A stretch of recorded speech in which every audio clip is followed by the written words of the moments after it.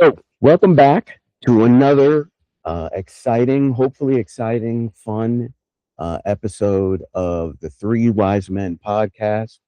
I am your host, as always, Mr. Savoy, along with, of course, my two partners in crime, Mr. Ingram, Mr. White. Gentlemen, how we doing, y'all?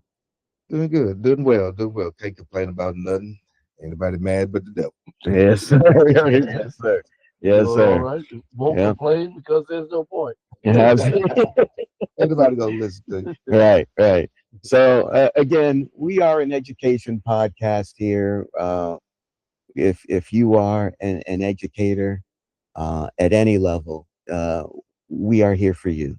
If you are a coach, a mentor, a parent, anyone who is rooting for our kids, right? Who is rooting for our young people to succeed.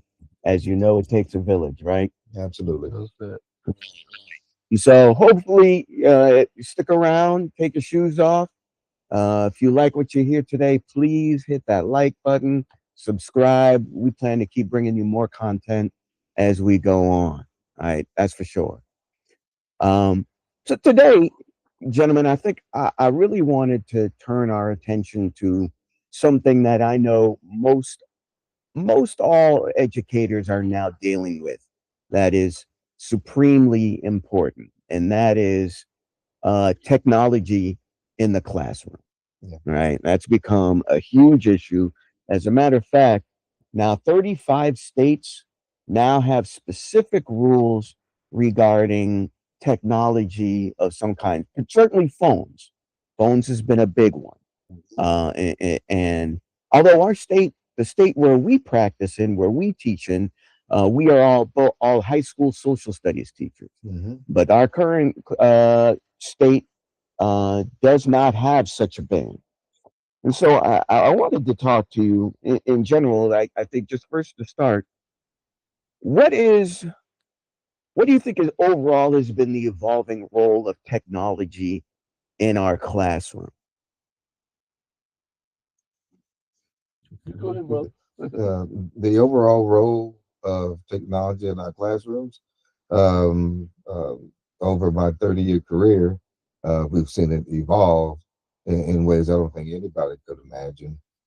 Everything from learning management systems, LMS systems, where it helps teachers automate their grade books and manage grades and assignments and contacts with parents. It just completely evolved.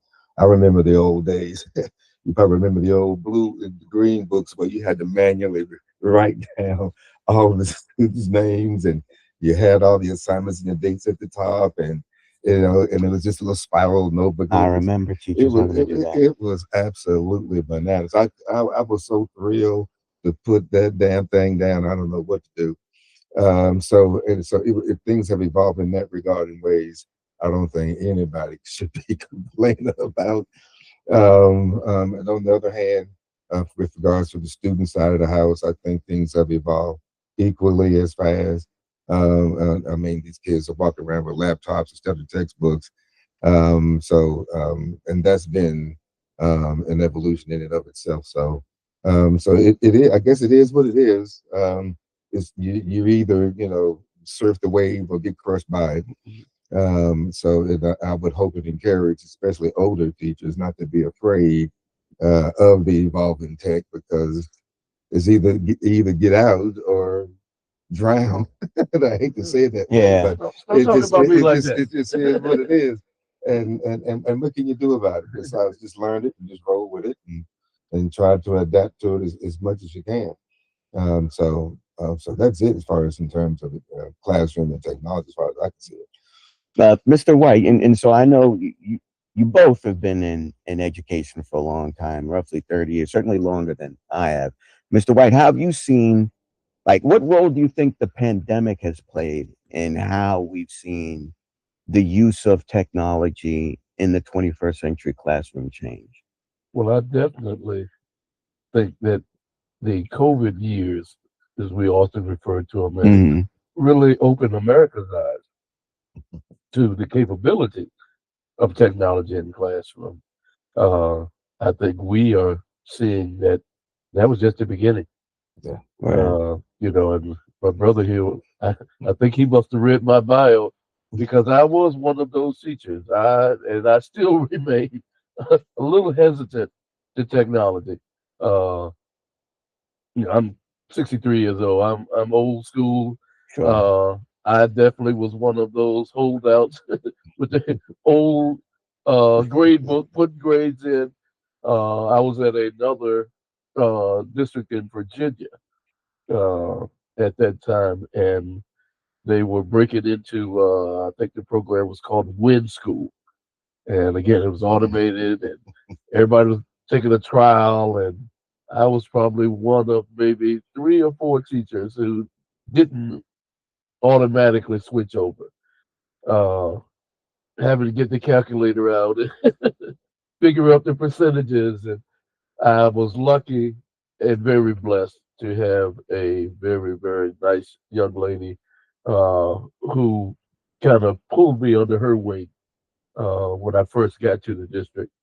And that first year, she helped me every grading period Mm. get my grades together.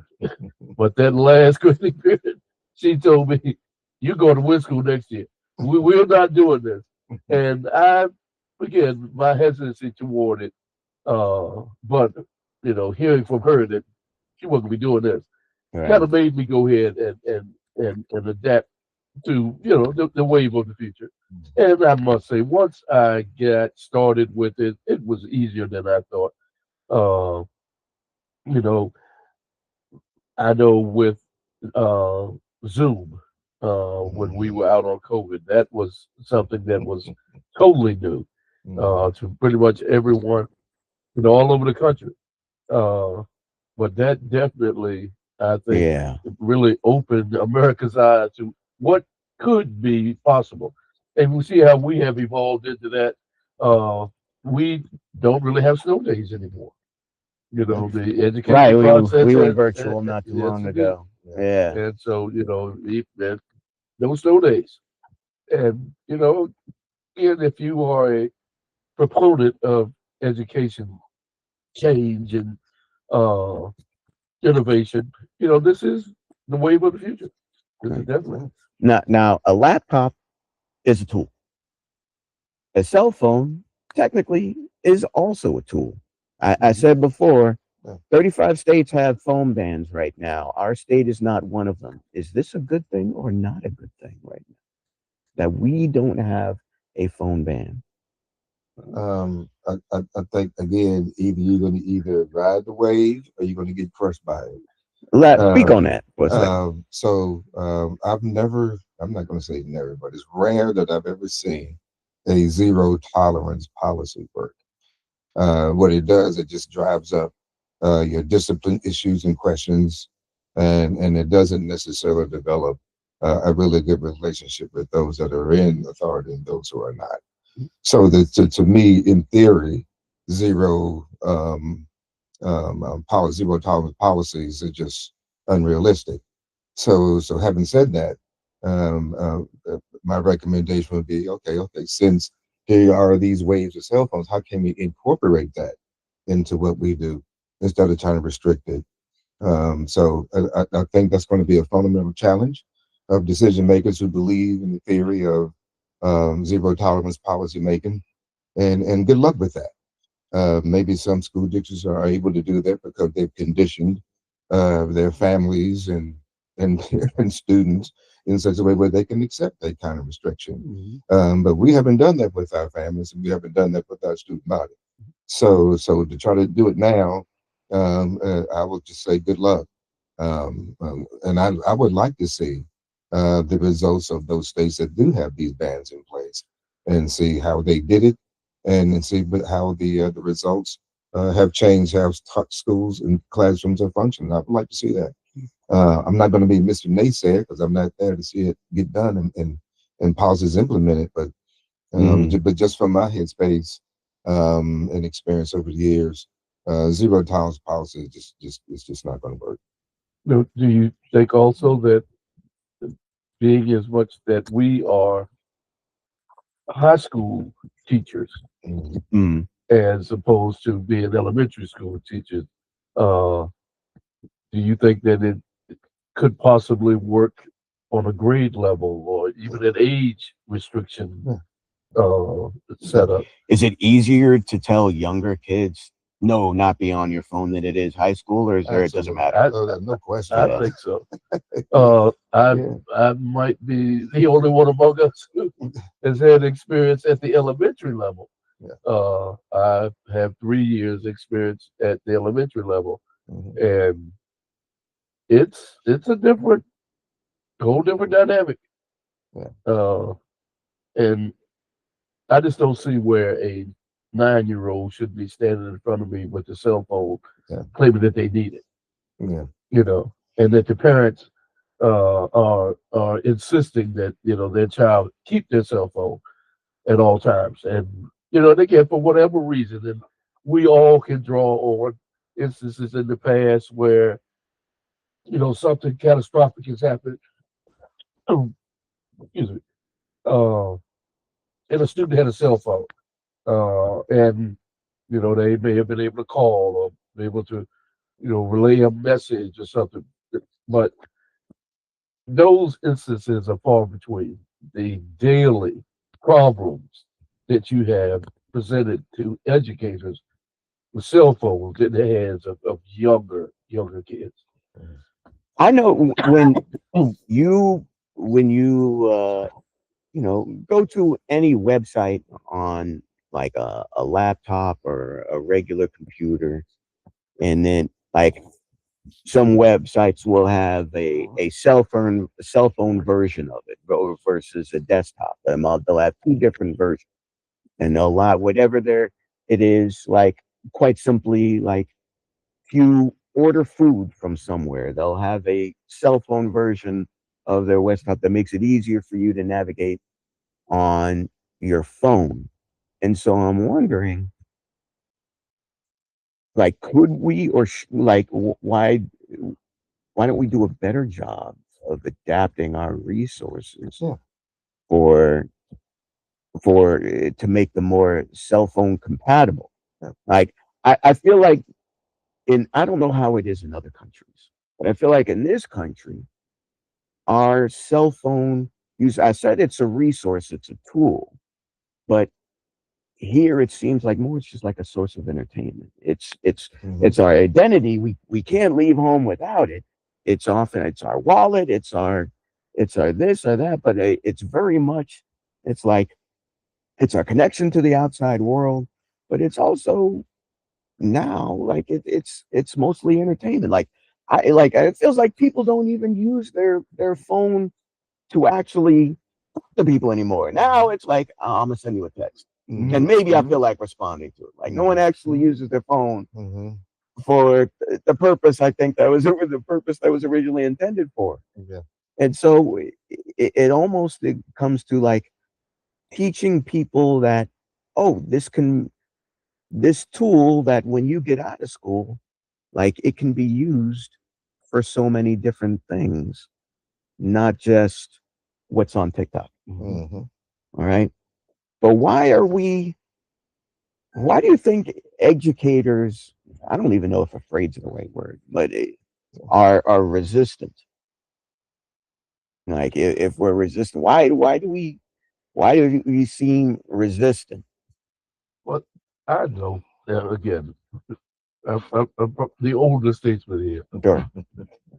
I am more afraid of a student recording me Mm, saying something in one context and it being distributed mm, in another context. I can understand that. And I imagine a lot of teachers or yes, people would be, yes, and right? There's a day where everybody records exactly everything. everything.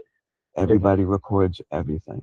I think we all pride ourselves on being honest with students.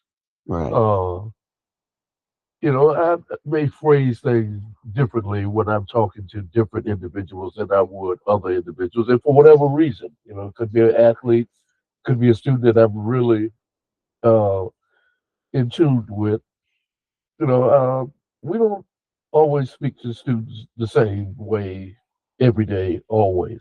Uh, You got to but speak to different students in different different, ways in order to connect with them because they're all exactly, different people. exactly. And I'm just, afraid that you know my fear is that a kid will record me, and the next thing I know, I'm You a have to, me. right, right. There's, We've right. seen it happen. Sure. But again, my rule again with cell phones, I try to keep it simple.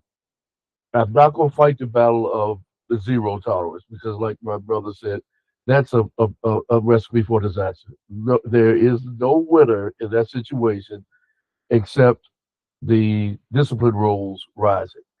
Uh, my simple rule: you can't make or take phone calls in class. That's the one. I have that same rule. Plain and simple. And I have that same rule. Right. and that it seems to work for me. I, Yeah, I'm thinking, I'm smiling inside because I'm like, the technology is evolving so fast, where you don't even need a cell phone to do any of those things anymore. They can do with a pair of glasses. Hmm. with So watches it now. watches, so you can be recorded with just about any device imaginable at this point in time of where technology is at. So where does the band stop, right? And the incorporation of these technologies into what we do start. Um, so one of the things, the only thing I ask students to do is say, hey, look, there's no headphones. That's another Just, just, one. just, just, just, just no Headphones. headphones. Mm, I don't care about the rest. Record me if you like. If you don't like, you probably should. Professors been getting recorded on Yeah. college campuses forever, as far as I can remember. So I mean that doesn't bother me much. It's just I like to look at myself as a purveyor of content to those who are in search of it. And to me, if you walk into a classroom, it seems to me you're there because you're in search of content, and you're now sitting in front of a person that's going to share that content with you. So why you got headphones on? You're not going to be able to partake in what's happening. So that's my issue. Is the inattentiveness. I don't know what technology can do with inattentiveness. I don't know if we can it blame it on. amplifies it sometimes. Well, yeah, because folks find a way. I mean, I can give you some history on this man sitting right here in front of you, who found a way to be inattentive in classrooms. Everything you probably remember old school where they had the newspapers, especially during March, with the brackets in it. Man, Mm, we had a doggone gambling racket going on in the back of the classroom, taking bets on gambling rackets. Wild. on the March Madness back in the day. Yes, You couldn't yes, put it wrong no Oh, time. yes, Yeah, yes, that's yes, coming yeah, up, yes, man. That's yeah, coming up. I have to we remember that. found we I have to we remember that. found a way. I could go on, but I don't yes, want to embarrass indeed. myself Yes, online. indeed. But I found a way without quote unquote technology to be distracted and inattentive. And you're right. These devices can amplify things, but I think the issue is inattentiveness and not necessarily technology. So how can we address the inattentive student uh, using technology? Maybe how do we cross that bridge? I think we fight the wrong fight. So I like to turn my attention to things more engaging. Uh, Addressing the branches, not y- the root. right, Yeah. right, yeah, yeah. I mean, let's just deal with the inattentive student. When what is it that they need from me, their teacher, to grab their attention? What is it that I need to be doing? Fighting with them over a cell phone for them to find another way to be inattentive? So I don't know. I don't know. So I like to think that I'm picking my battles, and if I can at least eliminate the headphone, I think we might be doing some degree of good for them. I'm not even sure sometimes, but it's a different generation. They're not nearly as social. I think I read Hmm. something a while back These phones isolate us. where the kid, they look at the teacher as if we are on a screen, Mm. and they respond to us as if they are looking at a screen. Um, I can't remember the name of the author of that article, but he alluded to the fact that we are actually just another screen to them in a lot of ways. Because again, COVID, how they were socialized during that time, and so how do you pierce the whole mental perception that they may have developed over time? That's just looking at the teacher just being on the doggone screen. It's just a voice, Yeah, just just a voice, this a irrit- disconnected voice that is this maybe giving them right information, maybe that's irritating them and they can't scroll irritating. past Right, and they right. can't scroll past it. So Well, I'm sure you both would agree too that technology has definitely shifted our pedagogy and delivery of oh instruction well, because I know when I first started, I was the authority. I lectured. Now I say as little as possible. My rule of thumb is, and our classes, I know tend to be a little bit longer, but I try for maybe the first half. I mean, for any content that I have to give my students, I try to give it to them in the first half of class.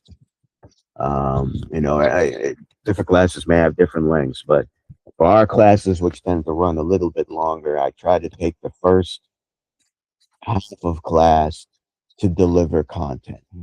Right. And I say during that time, as you say, headphones away. Right.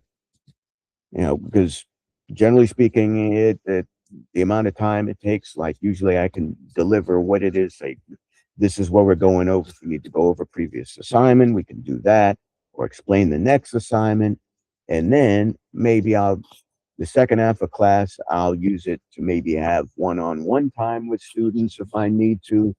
And the others can be generally working, right? Different if we're doing projects or gallery walks or what have you. Um, but I, because I want to avoid, um, like I said, I don't like getting into power dynamics with students over that because once you engage in that, not only have you the lost them, instruction you started. lose the Exactly. instruction stops, Yeah, you lose the rest of the class, yeah, which is, of course, yeah, no attention span. Now they've grappled onto something else, yeah. right? And I feel that if once you get into that, you've now lost your train of thought. You've lost your connection to the work, and that's super hard to regain. And we're doing the best we can to mimic college and the outside world. I think a lot of policy that we look at on the secondary level looks way too much like middle school. Mhm. And when do we prepare these kids for the real world? Mhm. Or do they hit the real world when they leave high school? That's ridiculous. Why should we withhold the real world from students that are already in high school? The argument I make a lot of times with my students, because they resist me calling them adults. Mhm. And oh no, I'm not 21 yet. That's it. So what? You're almost 18. A lot of these kids Yeah. keep trying to find their way to try and make adult life decisions, even though they're not adults, Exactly. right? That's what That's kids do. hilarious. And Yeah. there it is right there. Yeah. That's the whole point I'm Yeah. making. We gotta hold their feet to the fire as the real world will. And one of the arguments I make, because I'm a big time lecturer, y'all know that. Hmm. And I was like, look, show me one history class you've ever had in college. Anybody that's ever had college, went to college for any time at all. You take a history class, name one that was not a lecture. Mhm. Name a class that I challenge anybody to give me five classes out of your entire program that wasn't a lecture in college. If the kid's going to go to college, guess what they're going to get? They're going to get a good damn lecture. And they had better figure out how to way to survive these lectures at the university level. And we would hold that on the high school level. And I don't know, I got questions about that. I really do. If we are responsible for educating kids, it's on the way to college. I mean, if they're looking for a certificate or whatever, that's cool. But if they're getting ready to go to the university, regardless what the technologies are, and those kids have their phones in the university lecture halls, Right. they have them. Mhm. Yeah, they tape the They're professor. taping the. So what is it? Are we truly preparing these kids for? What is it? We got to be honest about that at some point. No, I definitely tend to agree. Like if when they get out on the real world, they're gonna have their phones and they're gonna be in places where they might have a responsibility to do X, Y, Z thing. Yeah. Your phone's not going anywhere then. You have to figure out a way to compartmentalize, to You gotta manage it. prioritize, uh, marry those concepts together and figure out, you know, what you're going to do. When you go to a college lecture, they're not college professors. They don't say, you know, hey Mike, hey Paul, hey, you know, you know, Put your phone all away. right, hey, whatever, hey whomever, like you're not listening to me. You're doing XYZ in the middle of my lecture, blah blah blah. They don't do that. No, No, they no. just keep on going. They keep on going. They're like, whatever, fool. You getting this information or you not? I've Like only like said, I get paid either yeah, way. I'm getting I paid either way. I tell my kids all the time, like I get paid either way, whether I throw an A in there or an E for you. I promise you, I'm cashing my At check. the end of two I'm weeks, cashing my check every 2 weeks, regardless of what your grade is. So like, let's not get it twisted, homie. I've only Like you make your experienced choice. one professor I don't make demands. that had an objection to a form of technology, and that was in a class, religion class, and the professor, had us reading passages from the Bible, and one of the students had the reading program that it automatically read, and he got a little ticked about that, and Mhm. told him, "Look, turn that off." But that was the only time I've ever seen uh, rejection of technology in a college class. Mhm. I make I make demand. I do not make demands. I make So suggestions. yeah, Yeah, Like I yeah. make suggestions and say, hey, you might want to do this assignment, but that phone if you call was don't, more important. if the phone call's important, hey man, hey, I'm not for the judge. I gotta put crooked numbers in the book. Mhm. Like I gotta do it. I gotta do it. It's not grading. Grading is my least favorite part of the job. Yeah. It really is. It is my least favorite part of the job. I wish I could do it less, but there's parts of it that you got to do. Parts of stuff I got to do, like Mhm. that I may not enjoy. Mhm. Same for y'all. Same for you students. Some parts of this, Yeah. if you want to get along, you got to do. They don't understand. Students know their parents. And at some point, we're going to talk about advocacy. That may be and next. but the lengths we go through and to make sure they pass is incredible. It is so easy to fail students. That's the easiest part Easy. of our job is to put an E, walk away, kick back, forget about it. That's easy. The hard part is making sure all of them pass. And I think a lot of times we want them to pass more than they want to pass themselves. Yeah. So, And and that's the kind of role I think we've kind of stepped into, that we want this more than they do.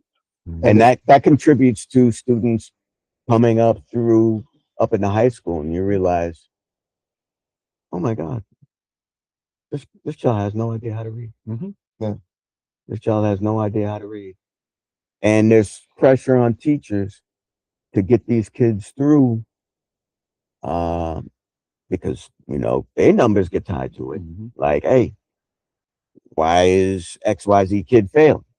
Right?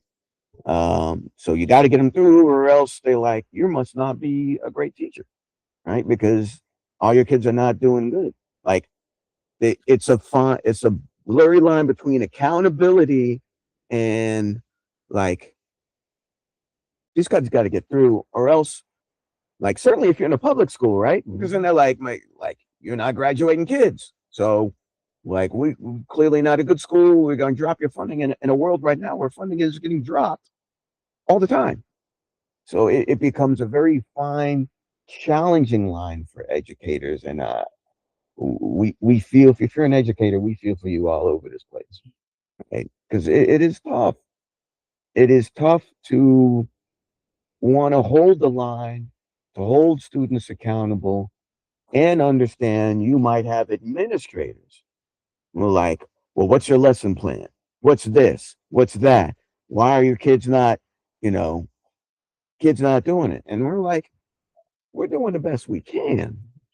I think you tapped into something I've been thinking about for years, and that is some school systems are compassion driven and some are compliant driven. Mm-hmm. When you get into a compliant driven environment, you find yourself checking boxes and moving kids along. To me, a more compassionate system would be one who understands the needs of the student and make sure we deliver on it and hold them accountable because you just can't keep graduating kids who can't read.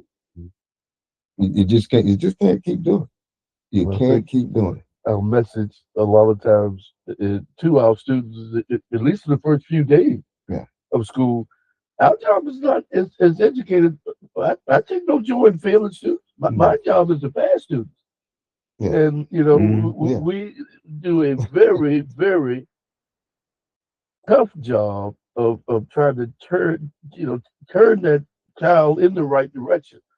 Uh, when like you said earlier, we want it more than they do, and oftentimes as coaches, we are Mhm. often in that situation. We find ourselves that I want you to get this scholarship or make this team or become better more than you do, and that's a problem.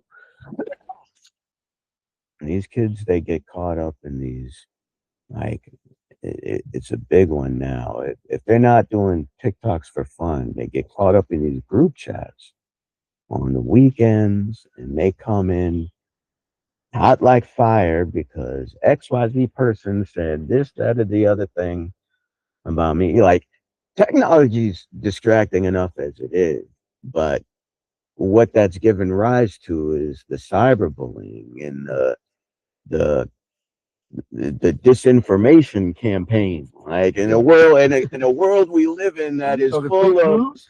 that is fake news and disinformation and lies, like where that happens at the lower level, at our level, is the cyberbullying, the distraction of, this person may have said this about me. I heard they were talking, and now we got to take our teacher hat off Yeah. and we got to put a different hat on, because now the barrier between getting them to do work isn't even just the work, it is the drain on their self-worth. Yeah. It is Well, the distraction of not feeling enough. see, therein lies human resource management and education systems. Do we know the kind of people that we're hiring to do this work? I mean, did we really pay attention? Public education law 101 in loco parentis. We are the parent on location. And to me, you as an administrator, as a hiring entity, you must be able to discern who's coming to your building and do they have that quality about them. I mean, we've seen what it looks like when you bring folks into a schoolhouse, what they could look like when they don't have one parenting bone in their body. You don't have to have a kid to have a parenting bone in your body, but that we've seen folks come into our building that have no business in our buildings. And what does a kid do, and who do they turn to when they confronted with that kind of quality in the building? So I have a lot of issues, because again, we are advocates of children and the protection of them from all manner of threat because we are the parent of location. So when they are in our care, when they walk through that door of that schoolhouse, they belong to us, and we do take on roles that generally parents take on. Now, we've heard parents tell us that they don't need us in that role. They don't understand that we're in that role under the law, Mm-hmm. period. And when they leave their address, get on that yellow cheese bus, walk through the thresholds of that school, spend 8 hours with us, get back on that cheese bus, go home. That whole interim, we are their parent, which is what gives rise to principals' capacity to suspend kids on a bus on the way home or on to school. They can be suspended from a bus issue because as soon as they walk out of that door, you belong to us. So for a parent to walk up in one of our faces, brother, from another mother, and suggest to us that somehow, some way, that we are not needed in that capacity, is just one, their ignorance of the industry in general, and number two, their ignorance of what men like us bring to the table. I smell our next podcast. Yeah, I'm just gonna keep it. I'm just gonna keep it honest. yeah, yeah, I'm gonna keep it honest. yeah, At some points, we got to tell the doggone truth. yeah. We have to tell the truth. And local parentage is a real thing in public education. It's real. And a lot of teachers who don't understand that concept get lost in the sauce. They find themselves in trouble. All right, all right. So save it. Let's save it there today. I'm on one. You give them too much. I'm on one. Now. See, y'all, please. I told you we're trying to bring the heat in. So I promise you, if you know this or you know someone who's like, I know exactly what you're talking about. Like, this is for you. I promise you, this is for you. All right. Just to bring this back here, as far as the technology aspect on this one, to put a bow on this, a couple of questions. Where does the role of doing work with paper and pencil come in? Is that a healthy tool to combat the distraction of phones? Sure it is. Yeah. Sure it is. I mean, idle hands Mhm. can present a problem. So you got to keep your hands busy. So as a teacher, you have to understand that all those modalities of learning needs to be implemented every time they walk through that door. So we need the tactile, we need the audio, we need the visual, we need all those things going to keep that kid engaged.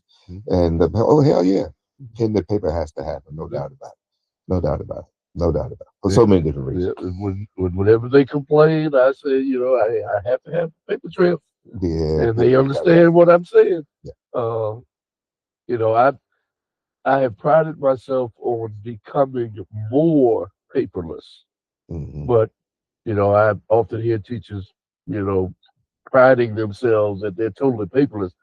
I don't. How? Yeah. How can you say that?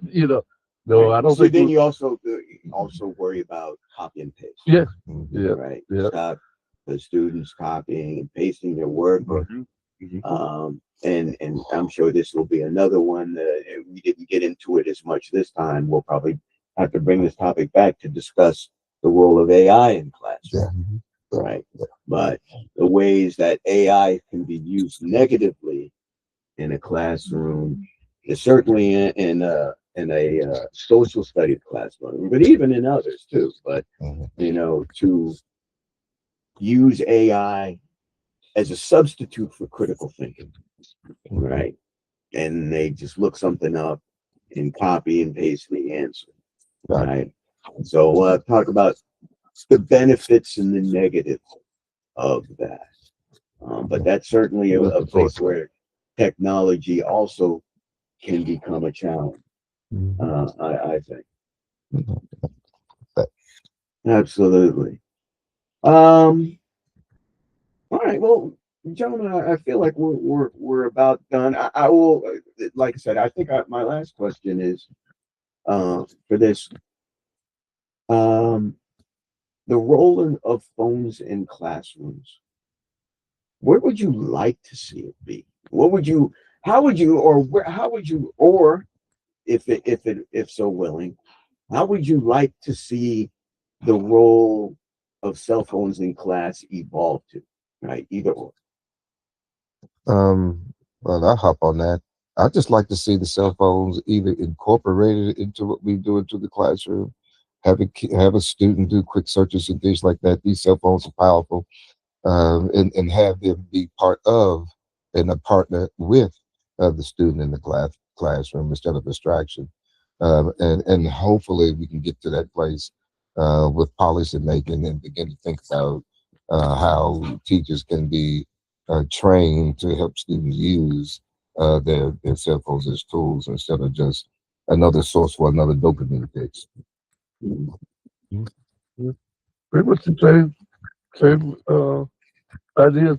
Yeah. Uh, Definitely, we've got to find a way to incorporate it into class because it definitely is the wave of the future. It's not going anywhere. It's I don't want to say only going to get worse, but it's only going Only to it only gets worse if we pretend pretend like it's not coming, that it's not coming. It's already here, It's here long been here. for All right, years. it's been here, and it's gotten even more so since COVID, and that was how many years ago? Yeah, 5 years, five, 5, 6 years six ago. All years. right, Almost. And right. I just look at my own evolution. I was definitely one of the few people in my circle that didn't have a cell phone. And my thing was, oh, nobody needs to be able to get in touch with me anytime they feel like it. Call me at home. Now I don't leave. Well, coming to the podcast, I forgot my wallet, but I oftentimes have forgotten my phone and have to go back and get it. I Mhm. don't leave home without it. Right, So I right. know for someone like me to Right. be saying things like that, it definitely shows me how things have really, really changed, and I don't want to be running to catch up all the time. Right, right. These tools are rules of business. They're rules of living. These are tools of living. Um, we can't be scared of who we are. We can't be scared of who we are, and these tools have now become a part of what we do. We have to find a way to work with them without letting them define us. Right. Right. So, if you made it this far, congratulations. Um, and thank you. I hope if you've heard one thing that resonated, that made sense to you, please smash that like button, subscribe to this channel. We promise we are bringing you more content, um, and we wish you well. All right.